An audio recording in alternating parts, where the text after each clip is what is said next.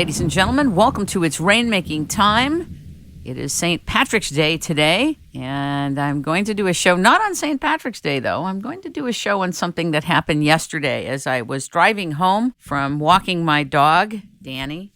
This is about animals, and this is about animals in the modern day, and it's only one facet of what I want to talk about regarding animals. We've done a lot of shows on animals, and for all you animal lovers out there, just know I can relate.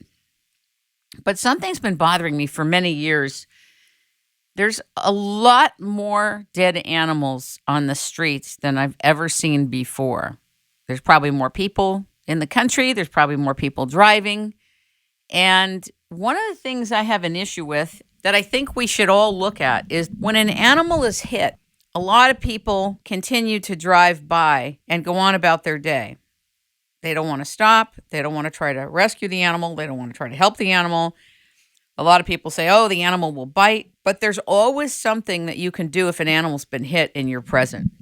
I have driven up and down streets and seen possums hit, like a mother possum and 10 baby possums trying to cross with her, and literally help them in the middle of a huge street at night, get across the street and not get run over again and again and again. When I called animal control, this is some years ago, they sweep them while they were still alive into a canister like they were trash. And I really had an issue with this. I really felt it was terrible.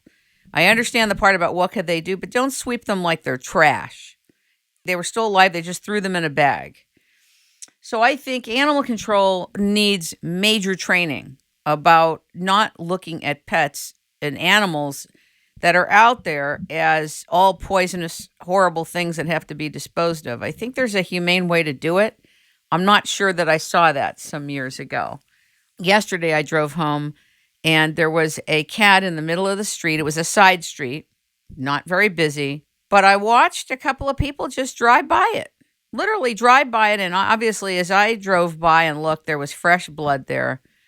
And I pulled over and I looked in my trunk and I tried to find bags and socks and whatever. I didn't have gloves, but I walked over to the animal just to make sure it had passed, because then if it hadn't, it would have been a different protocol.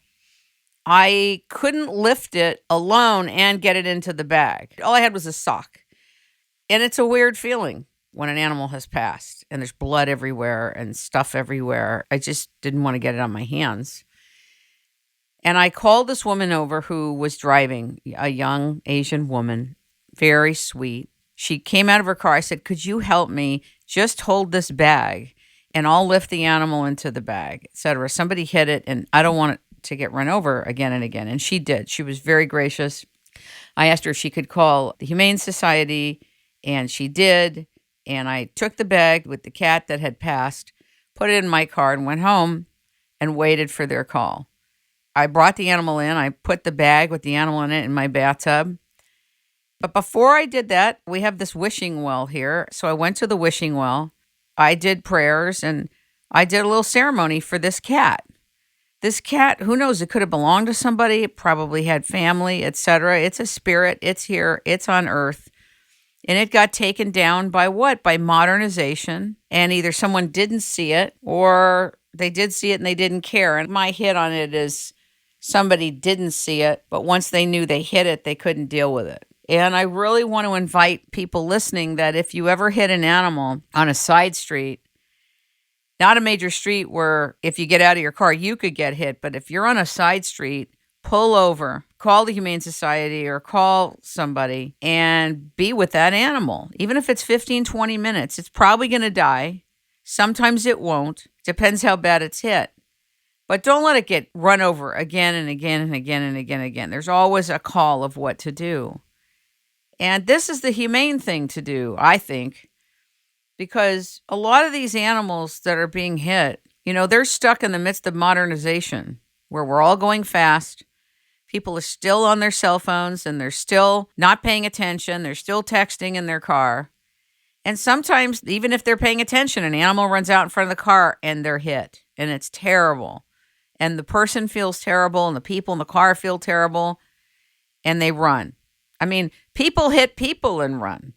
I mean, you could understand that on one way where they panic, but with an animal, it's a whole different thing in the sense that they're not going to be sued. You know what I'm saying? I'm not licensing that. I'm not saying that that's a good thing. I'm not saying that's the thing to do. But I could see how somebody might hit somebody in a car, panic, and not take care of that person and run off, which is terrible. It's really an inhumanity because they should be looking out after their fellow person that they just hit. But to do that with an animal is just so unconscionable to me. You don't need to do that. It's unconscionable with the person, but you don't need to do that with an animal. An animal's family is not going to come back and sue you. It's just they're helpless in its own vulnerability.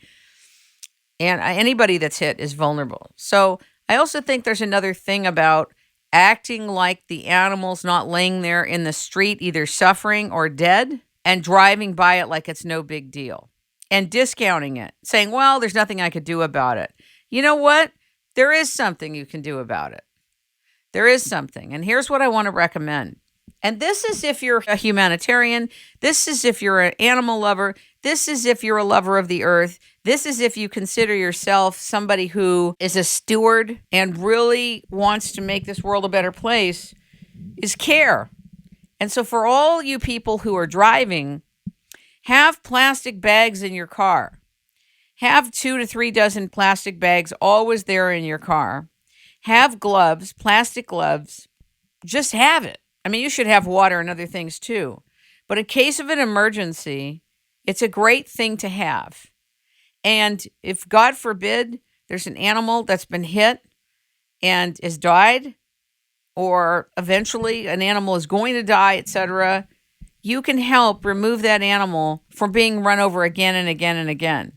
There is an indignity to being run over again and again and again and again as if it's nothing. And I want you to consider that part of being a human being in today's society is not to act like it's nothing when you're in a city.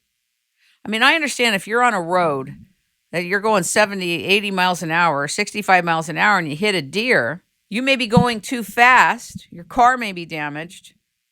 That deer, you may not be able to do anything about it, including get it off the road because of the kind of road it is. It's too dangerous to try to do something. But some people have actually gotten out of their car.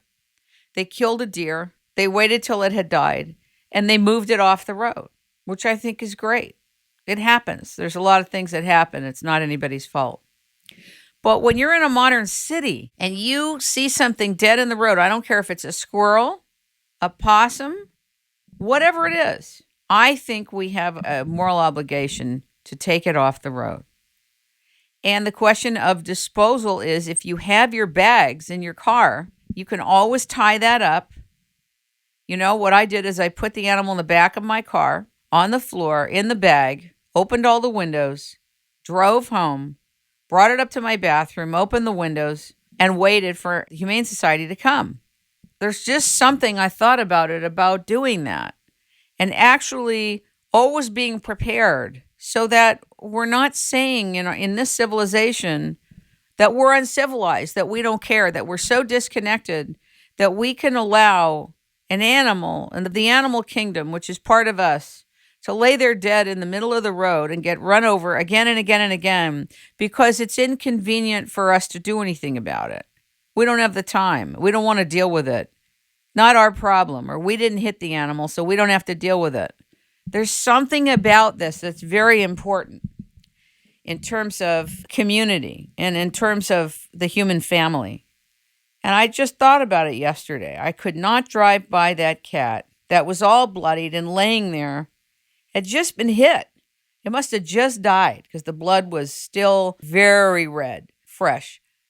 So I want to invite the listeners to really ponder this and consider having bags, having gloves, having stuff in the back of your trunk in the event that you are a witness to an animal laying in the street and you can do something to facilitate the disposal and removal of that animal and not allowing the indecency of it being run over again and again and again. This is Kim Greenhouse. This is a short commentary for this week on what it means to be a human being in a modern world, and what it means to be part of the human family, and what it means to relate to the animal kingdom in a modern world. This is just one facet of something to think about.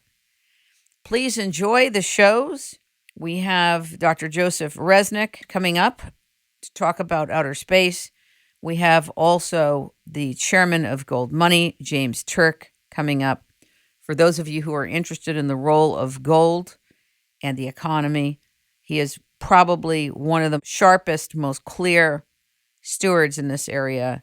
He has a new book out, and he has just stepped down as chairman for the Gold Money. He is the chairman of the Gold Money Foundation.